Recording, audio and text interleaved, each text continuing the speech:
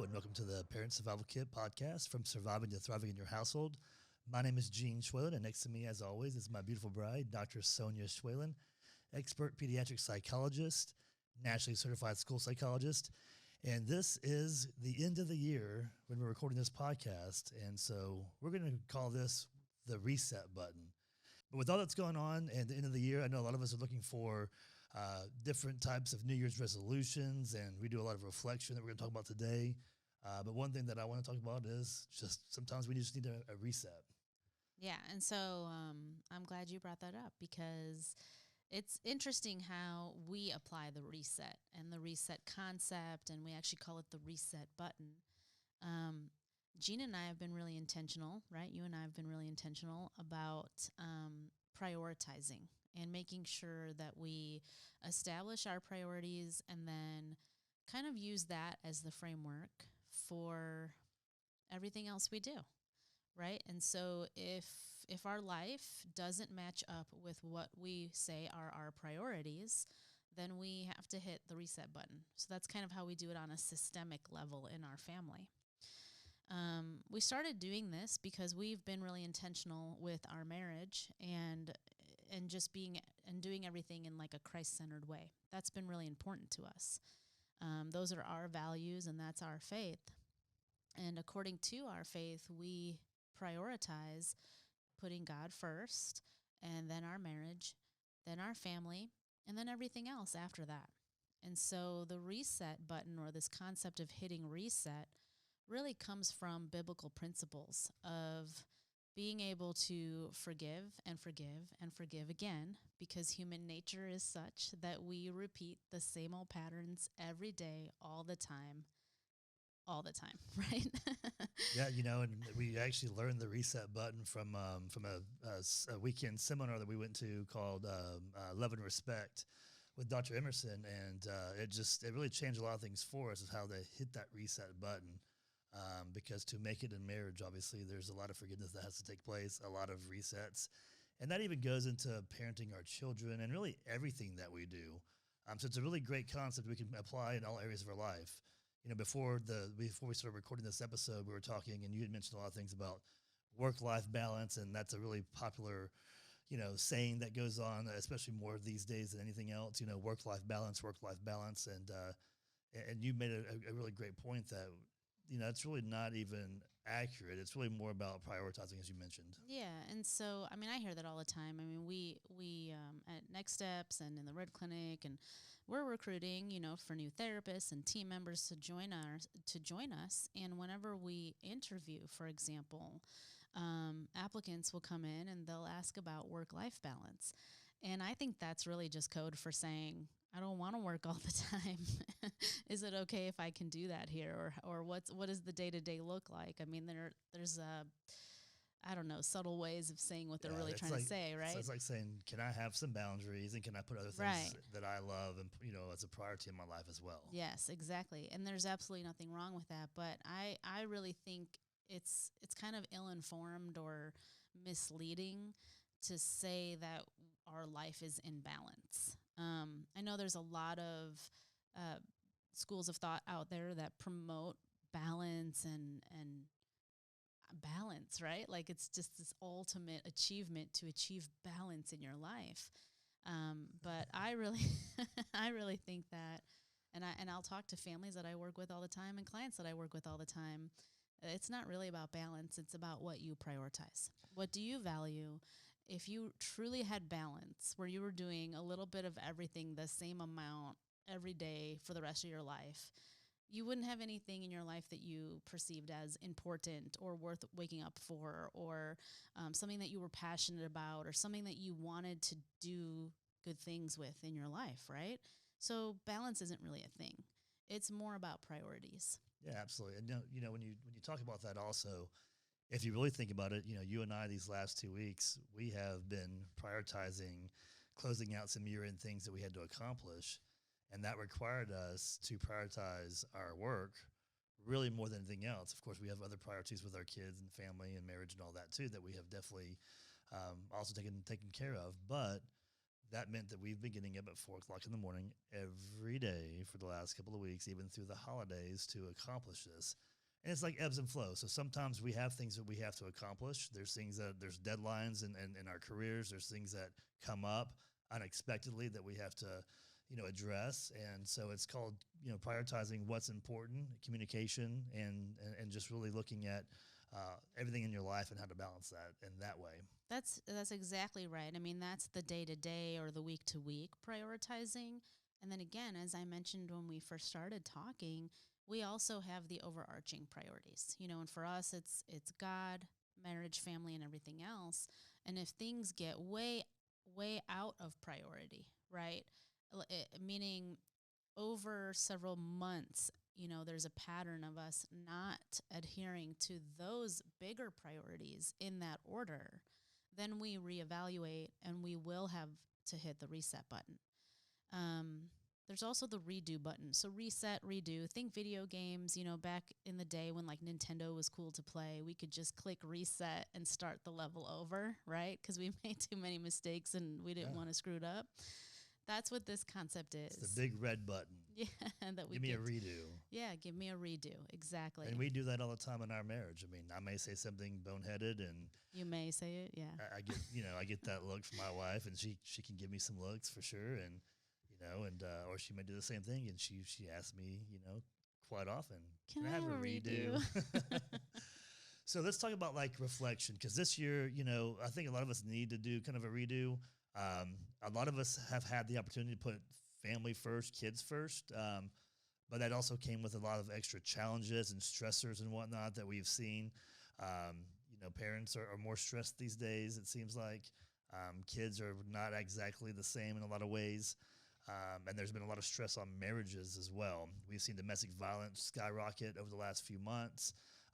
Same thing with child abuse and everything else. So let's talk about reflection for this year and what can we do to really hit that reset button. And I really love it that we're doing this at this time of the year, because we all have things and I guess in our brains, for me anyway, just a layperson and a dad, I just, January 1st, I can say, you know what, I can do this. Starting tomorrow, I can do this. And it's just that first of the year, it gives me the energy and the belief, the hope that we can accomplish whatever we want to accomplish. Right. No, I totally agree. That's the cool thing about the new year, is that this is very much a time for many people to have a renewed sense of hope, and then it energizes them to try to do things differently. So there's many things you can do. And the one thing I want to say, just from the being a psychologist perspective and providing that reassurance out there to parents, is that it is never too late to start hitting the redo button. So you may think like it's hopeless, or my kids are used to me being the way I am, or the pattern that we have established in our family. It's like a house that doesn't have peace, or it's a marriage that's characterized by conflict, and that's all the kids know anyways, and they're not going to believe in us when we do start making changes. Or it's easy to say that. Yeah, or, the families that have dinner in front of the TV every night, and all of a sudden we're going to have family dinners at the table and have conversation, and your kid's going to probably look at you like, yeah, right, come on, are you serious? Yeah. That's pretty funny. And there may be some resistance too, because the one thing we know about systems is that even if, 5 out of the 6 family members are making a change and they're trying to do things differently, that one family member, and it could be someone different every time, is doing what they can to pull back to the status quo. That's just what systems do. So if there's a certain pattern that has been established in the family, a certain way of relating, a certain way of maybe being more reactive versus proactive, or whatever it may be, trust me when I say it's going to feel like somebody, even if it's not the same person every time, is trying to pull things back to the way you're used to doing things. That's just the comfort zone that people get into. And so that redo button, okay, we're all trying to make this change. We're all in this together. But the only way that change can truly happen is if we go at it with the mindset of we are willing to accept that we're all going to make mistakes a bunch of times throughout this process. We're going to repeat that mistake over and over again because we are creatures of habit. It's not going to be perfect. But we're willing to forgive and move on when it does happen. That's really the only way change in family can happen. Yeah, and as a coach, you talk about forgive and move on, and that's definitely a very crucial part of that. But another thing I like to talk about from a coaching standpoint is it's also really cool if you can get everyone to kind of buy in a little bit and just kind of lift each other up at different times, and have that team concept, that morale, that camaraderie, and say, know what, I got you. It's okay. Let's go. We can do this again. That also helps and makes a big difference as well. Yeah, and so I mean, it's hard to do because in families, everybody's so close and we love each other and we get our sense of maybe importance or even self worth or whatever it may be from people in our family. And so it's really hard not to take it personally, right?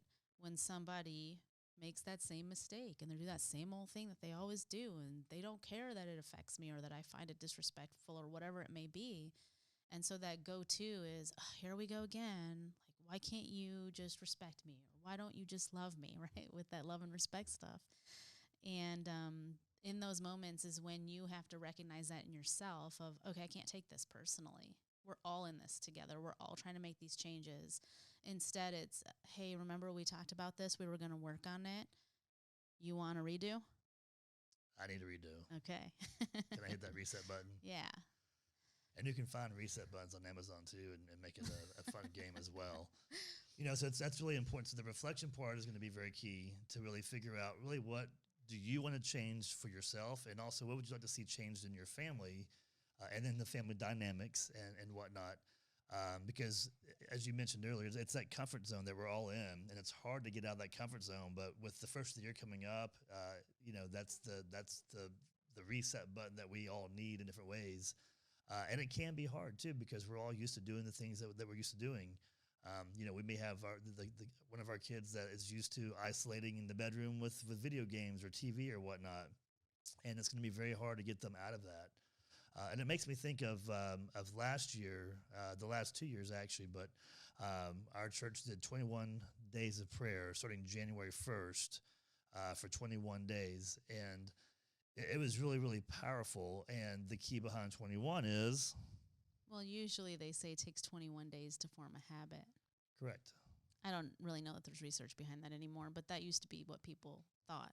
But it takes 21 days to change a habit. Right. And 3 days to break one. Okay.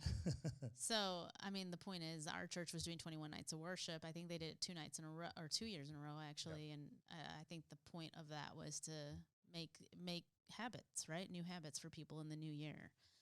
So 3 weeks, right? 3 weeks to form a habit, 3 days to break one. Is that what you said? Yeah. So the rule of 3, I guess. That's how it now, works. the tip I can give for how, reflection, when we look back, right, hindsight is 2020. So it's going to be really easy for a lot of us to look back and see everything that went wrong, okay? So what I want to encourage is that we make 2 lists of reflections, and we also open this discussion up to the entire family. So maybe you make your own list, you make your family members make their own list, maybe you all come together after that and discuss, find the commonalities, find what's unique from someone's perspective in the family, and just talk about it.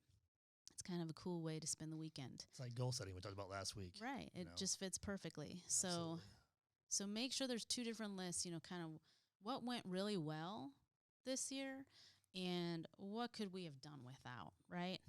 And then after you do that, don't overwhelm yourself with all the things that you want to change or reset. I would say go ahead and just start with one thing at a time, okay? Because the good news is we got the whole year ahead of us to reset on different parts of the things we want to change. If we try to do too much at once, we're setting ourselves up for failing. Yeah, and it is very important to look at all the positive things that did happen, because otherwise we're not going to be able to get out of the rut that we've been in. And I've been talking about that for a while now. There's so much good that happened in 2020 because of COVID. If you just look at the world and the earth itself and how it's kind of repaired itself over the last few months with less pollution and whatnot, God has His ways of doing things in His own way that we just don't understand sometimes, and it's really, really cool. So there's a lot of good things we can actually look at. And one thing that we talked about in 21 Nights of Prayer is replacing that time. So, kind of like fasting. So, whatever we take off our plate or things we want to change, replace it with something else. I like to get on my phone every now and then throughout the day several times and play a game for 3 or 4 minutes just to escape whatever I'm doing throughout the day. And so, what I found myself replacing that with is getting up my Bible app. So, whatever it is that you enjoy doing, you can do different things. You can find positive things you can add. There's all kinds of apps out there to, Audible books, things that are educational, motivational, things like that that you can really pour into yourself. So, pouring positive things in as you're trying to change some things could also be a very big plus. Mm-hmm. Yeah, I totally agree. And then when you apply the reset or the redo button to family life, right? You can just make that kind of a theme for 2021. That we know that we're all going to fall back into old patterns. That's just a given. What is something that, each family member is going to work on? So, for example, a child that isolates in his room because he's playing video games. If you notice that your child is not around, right? Everyone needs to be intentional about helping that family member make that change. So, hey, you're doing it again. You're in your room. Remember, we talked about it. Why don't you come back downstairs? And not just letting it be something you ignore or get too busy to deal with. Okay. And again, if you do, it's okay. But tomorrow's another day. Just hit the reset button and start over. Absolutely. And to have a reset button, there's got to be somebody else that you're doing this with. So, we can all be accountability partners to each other in that same sense. And teaching kids the reset button is really awesome because they learn how to forgive easier and easier. It's easy for them to understand, okay, yeah, I will redo. Cool, let's do that.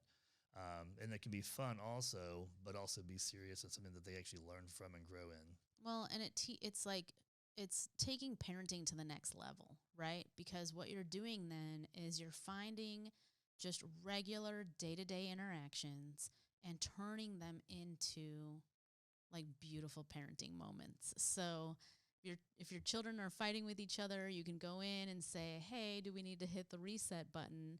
Let's actually redo." Okay? So you snatched that toy out of little sister's hand. If we were going to redo that, what could you have done differently? And then you give them a redo and you watch as one sibling goes over to the other and asks if they could play with that toy instead of just snatching it.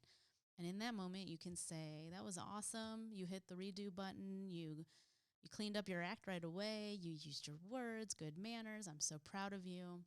And now your child is getting positive feedback, and they're learning in that moment, first, how to do a redo, but second, how to get your approval, which ultimately is what keeps kids motivated and what sends them the message that they are worthy of love, affection, and they're good people.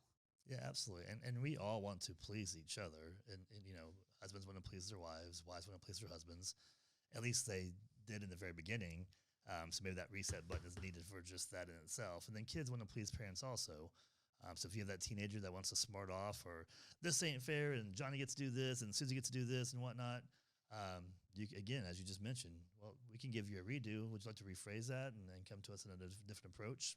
Yeah, and I mean, this really only works if the whole family is in agreement. You start off the year in discussion that this is kind of what we're going to be doing going forward, and it's going to be our goal to give each other redos. And so, kids can even ask their parents to do a redo.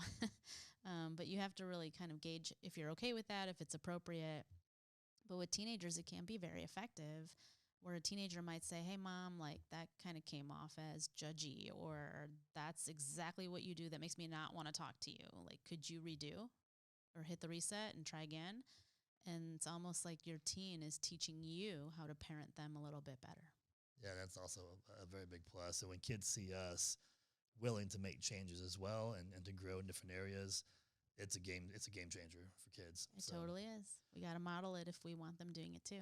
all right, Dr. Schwalen. Well, thank you so much for this great podcast today. The reset button, get it on Amazon. Have fun with it as you plan your goals for the new year and make it the very best. We'll talk to you next week.